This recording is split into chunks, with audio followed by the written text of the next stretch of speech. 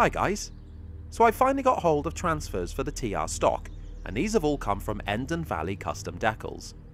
They come with lengthy instructions, which is good if you haven't used them before. So here I've basically bought out all of the packs of the TR stuff available from them, and this will give enough for all of the coaches. But since I doubt I'll model the entire fleet of their coaches, I'll nab a few of the crests for other models, such as Dolgoch. This looks pretty much complete even without the crest on the bunker side. These water slide transfers most often come with a fairly visible film, so the first thing to do is try and cut off as much as possible around the crest.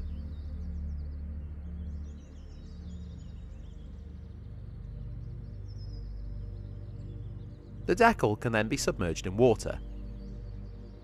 The reason we do this is the water soaks in and releases the film from the backing paper. Small transfers actually don't break the water's surface tension, so I try and force it under the water.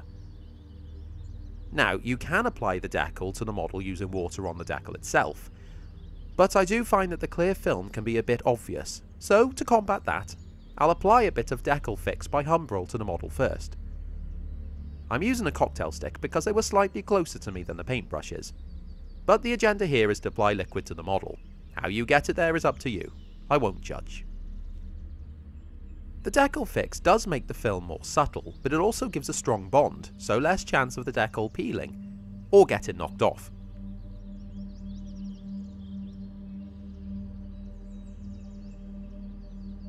I'm then going to use a cotton bud to dab the decal down onto the bunker. Well, it looks like a full-on dab, but actually I'm trying to squeeze any liquid out from under the decal. The other method, which I go on to, is to roll the cotton bud on top of it, and of course, this is doing the exact same sort of thing. The option's there though.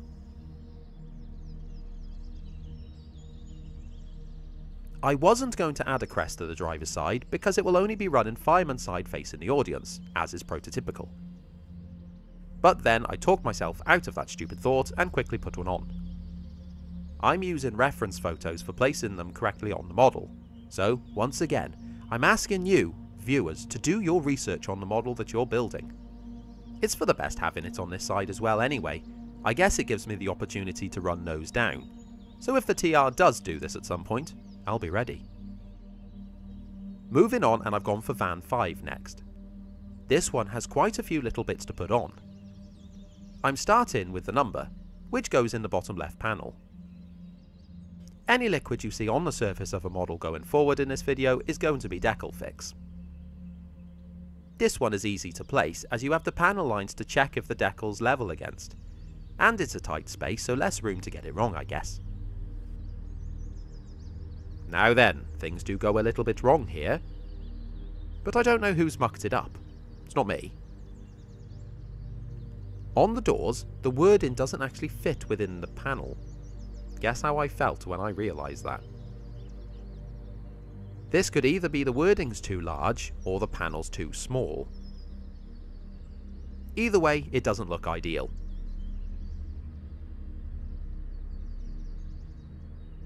I'll keep going with them anyway, but if I have any time to fix this issue, I'll follow it up.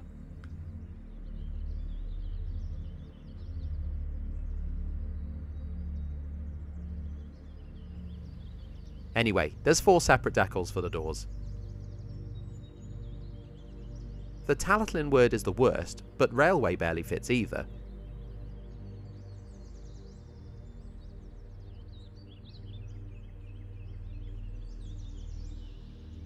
The 2 below are fine, so that's good at least.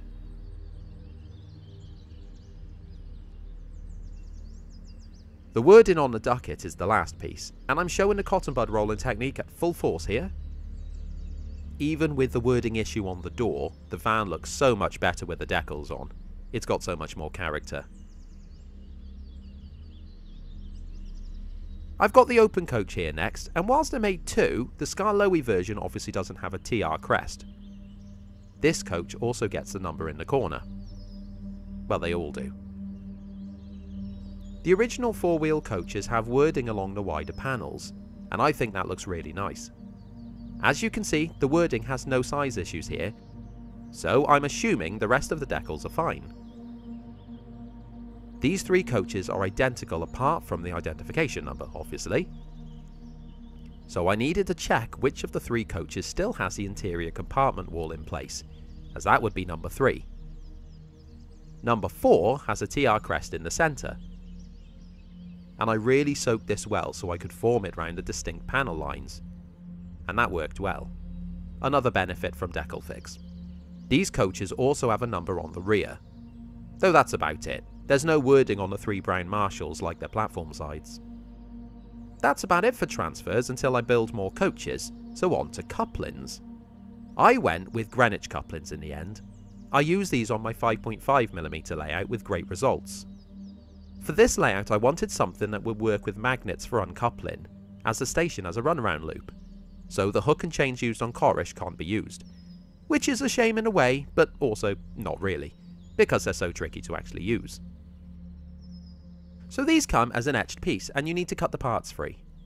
You get enough in the pack for 5 items of stock. I do cut everything out, but then I decided to only use hoops on one end of the stock. As it will only really run one way round, I don't need hoops on both ends. The pieces are only attached to the spur with 2 tags, so they're quick to cut out.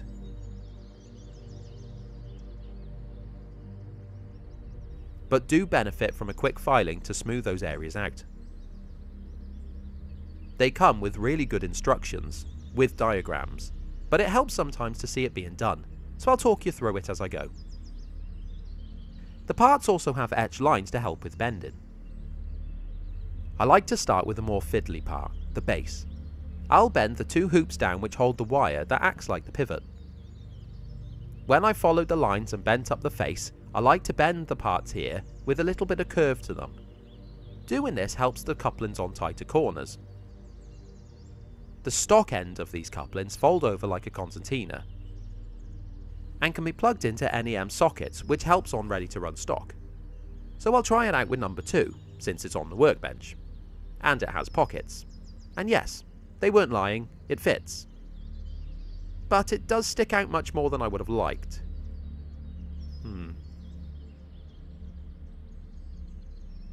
Onto the hoops.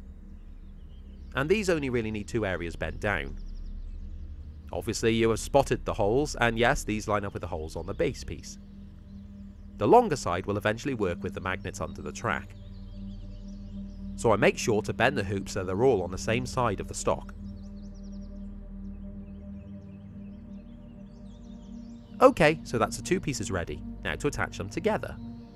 The kit comes with plenty of wire for this, which is nice. I start by bending about 1mm of wire on the end to 90 degrees. Then carefully slot this through the 2 pieces, connecting them together. At this point I like to check that the hoop freely opens and closes. If it doesn't, you may need to take it off again and adjust the 2 arms as they may be rubbing, or being not quite parallel.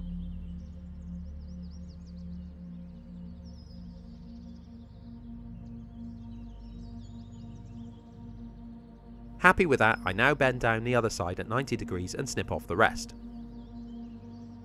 This then locks the wire in place. To get these couplings to work with magnets, magnetic wire needs to be attached to the arm. You only want to use a small amount of this as the weight builds up quickly. Too heavy and it'll hold the coupling open even when it's not over a magnet. It's a bit fiddly to put on, so I tend to pinch one end, then wrap the wire around a few times and snip it off.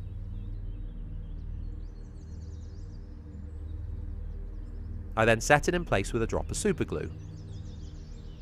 Again, it might not seem like it, but this does add weight, so it's a balancing act. Okay, so that's 1 complete, now I just have to make like 30 more?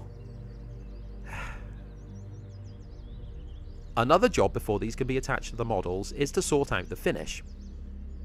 We don't like shiny brass on models, and people do these in different ways, like painting the parts with paint, but I like to chemically blacken them, because science. To do this, I pop the completed working couplings into a container, ideally something you're not emotionally attached to, and then pour on the blackener.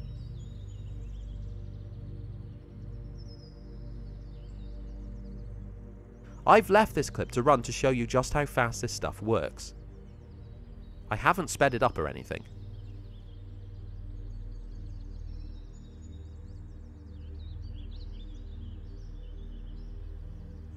I also like to use a cocktail stick to move the parts around a bit in the solution to get a good covering. Boom! Black.